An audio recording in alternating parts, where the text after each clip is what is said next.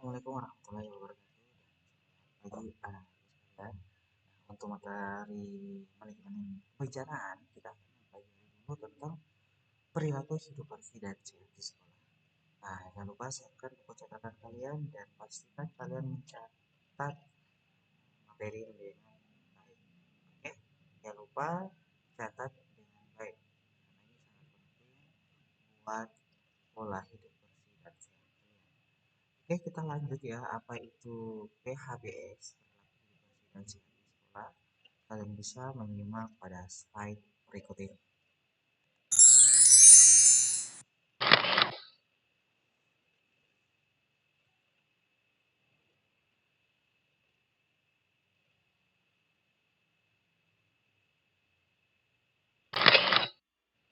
Delapan indikator atau macam PHBS di sekolah. Mencuci tangan dengan air mengalir dan menggunakan sabun. Mengkonsumsi jajanan sehat di kantin sekolah. Menggunakan jamban yang bersih dan sehat. Olahraga yang teratur dan terukur. Memberantas jentik jamur tidak merokok di sekolah. Menimbang berat badan dan mengukur tinggi badan setiap 6 bulan. Serta membuang sampah pada tempatnya.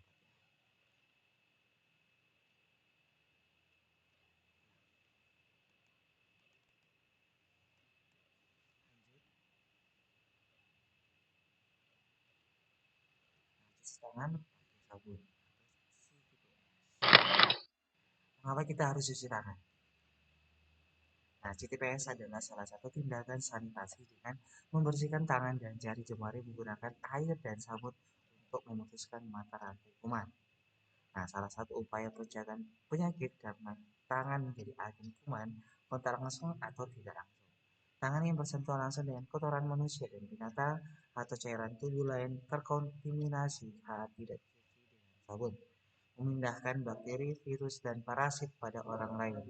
PBB mencanangkan 15 Oktober Hari Mencuci Tangan Sabun Sedunia. 20 negara berpartisipasi aktif termasuk Indonesia. TPS itu ada kulit, saluran cerna, mata, hidung, pernapasan. Nah, syarat melakukan cuci tangan pakai sabun, pertama cuci kedua tangan pakai sabun dengan air mengalir atau dituang dari sumber air yang aman. Tersedia sistem pembuangan air limbah. Nah, jenis sabun untuk cuci tangan itu segala jenis sabun. Sabun antiseptik atau antibakteri sering dipromosikan pada publik atau belum ada penelitian membuktikan sabun tertentu lebih lain tidak seefektif iklan. Perbedaan antara sabun antiseptik dan sabun biasa adalah mengandung zat antibakteri umum seperti triklosan. Nah, syarat air bersih, tidak berwarna, tidak keruh bebas dari pasir, debu, lumpur, sampah, musa. Tidak berasa, tidak berbau, tidak mengandung bakteri. Nah, cuci tangan harus dilakukan setelah buang air kecil atau besar, setelah menyentuh binatang atau kotorannya, sebelum atau sesudah menyampaikan makanan, sebelum makan, sebelum memegang bayi, sebelum sesudah mengganti popok bayi, sesudah membersihkan hidung, sesudah batuk dan bersin di tangan, sebelum dan sesudah mengobati luka, sebelum atau sesudah menangani orang sakit atau merawat luka, setelah menangani sampah, sebelum sesudah memasang kontak lens, dan setelah menggunakan toilet. Ini 5 waktu yang harus kalian perhatikan dalam mencuci tangan pakai sabun. Sebelum makan, sebelum buang air besar, sebelum memegang bayi, sesudah mencukupi anak, dan sebelum menyiapkan makanan. Nah, ini 6 langkah cuci tangan. Bisa kalian perhatikan langkah pertama hingga langkah ke-6 ya. Kalian bisa mempraktikkan langsung di rumah masing-masing.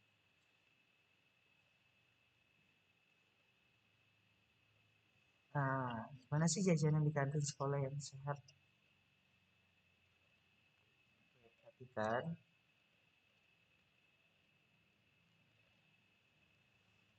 makanan dan minuman yang dijual cukup bergizi terjamin kebersihannya. Nah, penjajah makanan berpenampilan bersih dan sehat. Makanan yang bergizi akan meningkatkan kesehatan dan kecerdasan siswa sehingga siswa menjadi lebih berprestasi di sekolah. Tersedianya air bersih yang mengalir dan memakai sabun untuk mencuci tangan dan peralatan makanan. Dan tentunya tersedianya tempat sampah yang tertutup dan saluran pembuangan air kotor.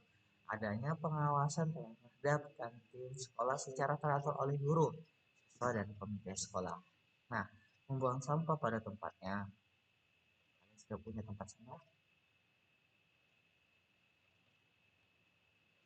Sampah itu adalah suatu bahan yang terbuang atau dibuang dari sumber hasil aktivitas manusia maupun alam. Membuang sampah pada tempatnya menghindari tubuh supaya tidak tertular dari penyakit, juga menjaga kebersihan lingkungan sekolah. Nah, sampah dibedakan menjadi 3 jenis ya. Perhatikan, ada sampah anorganik atau sampah kering, sampah organik atau basah, sampah berbahaya. Ya, bisa diperhatikan contoh-contohnya. 4. Mengikuti kegiatan olahraga di sekolah. Nah, ini yang penting. Keren. Olahraga ya. Bisa kalian kalah. Apa keuntungan melakukan aktivitas fisik olahraga secara rutin?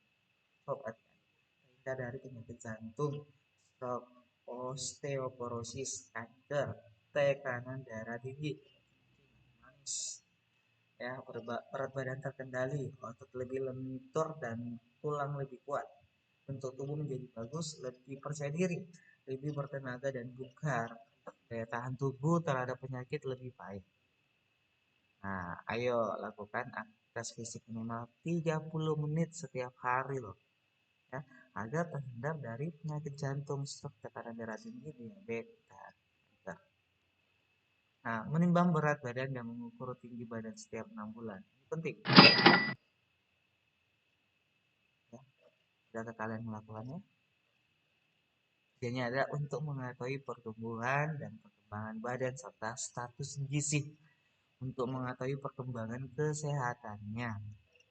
Bebaskan dirimu dari asap. Wow, Dad, I love you. Stop smoking. Bisa kalian lihat, ya, isi kandungan rokok itu bahan kimia, nikotin, dan karbon monoksida, karbon monoksida. Karena kalau karbon dioksida berarti tulisan kimianya CO2, kan nggak ada duanya, makanya dia karbon monoksida. Ingin tahu atau coba? Sekedar ingin tahu, percaya dapat berhenti kapan saja, sempat coba dapat menjadi kebiasaan sulit nih. Ingin dianggap dewasa atau mas, pengaruh lingkungan atau tekanan kelompok, perubahan iklan ya. Wow, tubuh seorang perokok lumayan mantap. Wow. Warning, smoking causes cancer. Coba perhatikan gambar-gambar.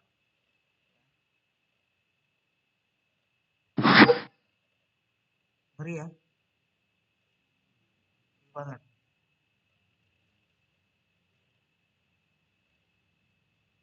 Cara berhenti merokok. Nih, bisa lihat. Yang paling terakhir, tidak pernah berhenti berusaha dan selalu mencoba.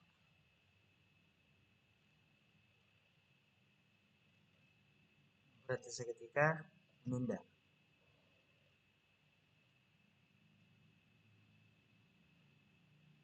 Perhatikan baik-baik. Mengurangi.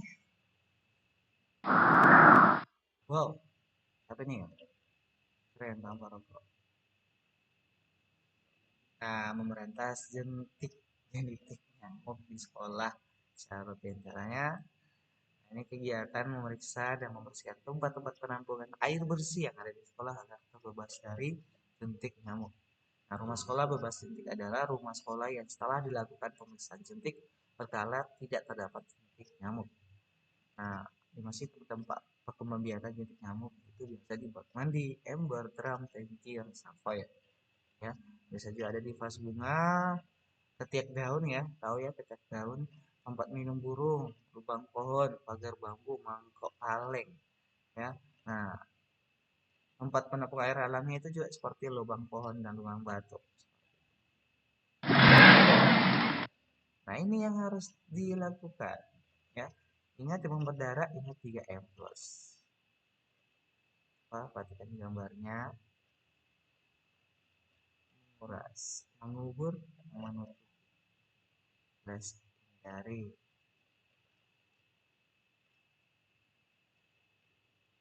buang air besar dan air kecil di zaman sekolah. Nah, ini juga kalian harus perhatikan. Menjaga lingkungan bersih, sehat, dan tidak berbau. Mari sumber air yang ada di sekitarnya. Tidak mengundang datanya lalat atau serangga yang dapat menjadi penular penyakit diare, kolera, disentri, tipes, kecacingan, penyakit saluran pencernaan, penyakit kulit, dan keracunan. Pesawat jamban sehat tidak mencermati sumber air minum. Jarak antar sumber air minum dengan lubang penampungan minimal 10 meter ya. Tidak berbau, kotoran tidak dapat dijamah oleh serangga dan tikus. Tidak menyemari tanah di sekitarnya, mudah dibersihkan dan aman itu digunakan. Lengkapi dinding dan atap pelindung, penerangan dan ventilasi cukup, lantai kedap air dan luas ruangan memadai, tersedia air, sabun dan alat bersih. Nah, perhatikan ya, ruang bersih. Contoh jamaah atau kebiasaan tidak sehat, coba kalian perhatikan. Wow, ada yang pernah jamban di tempat seperti ini? Gambar ya, yang jamban di atas kalian bawa berenang. Kebiasaan buruk.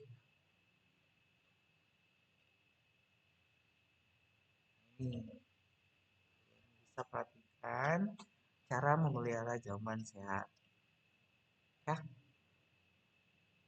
Ya, bila ada kerusakan segera diperbaiki. Nah, ini contoh yang baik ya, karena kalian yang menggunakan, kalian sendiri yang bersihkan. Ya, walaupun tidak disuruh. Wow, masa kalah sama kucing? Sengaja jamban di toilet. Ya, cebok. Oke, terima kasih anak-anak sekalian. Itu tadi uh, materi tentang PHBS ya. Jangan lupa kalian mencatat di rumah masing-masing